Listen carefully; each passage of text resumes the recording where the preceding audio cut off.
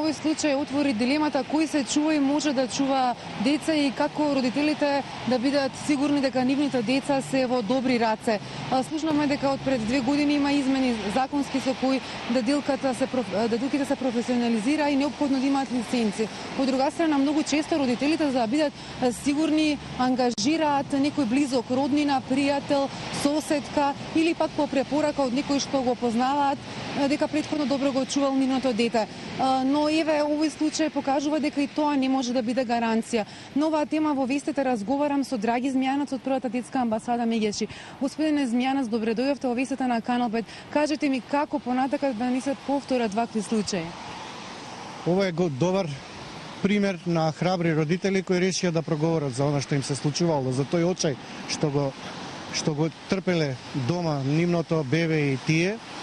И само може да биде превентивна мерка дека опомена, аларм до сите родители да внимаваат кому ги остават децата на чување. Но од друга страна, родителите се збунети. Имаме голема листа на чекање на родители чии деца се уште чекаат за вклучување на нивните деца во градинка. Приватните градинки се скапи. Не е доволно активирана формата на негователка со лиценца. Имено во Република Македонија има 2 агенции кои може да испорачат услуги над 200 негователки кои положиле испит и кои им е проверено нивното досие и криминално дали биле осудувани и гонети. Овој начин на згрижување на деца од пријатели и роднини е секогаш ризичен, затоа што и родителите сега целиот товар е на нивна одговорност.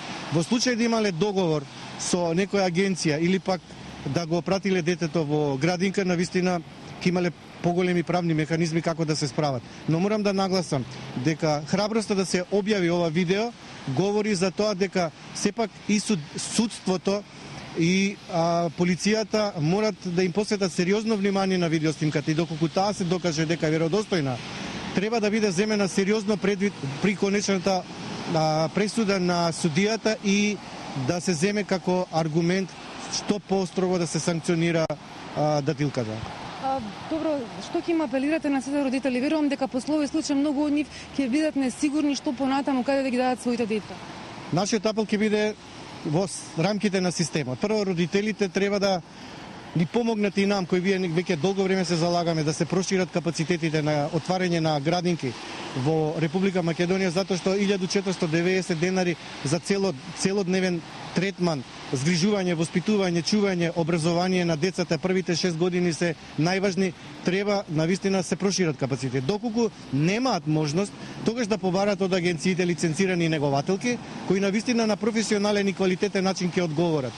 Третата форма е, ако има голем број на работнички пред се во фабрики или во компании, да ги отстапат своите простори, да можат да таму се згрижуваат децата и тоа да биде повторно во рамките на ингеренција на Министерството за труд и социјална политика и да може да се зголеми опфатот наместо 20-24%, најмалку 50% на деца кои се вклучени во воспитно-образовниот претшколски процес.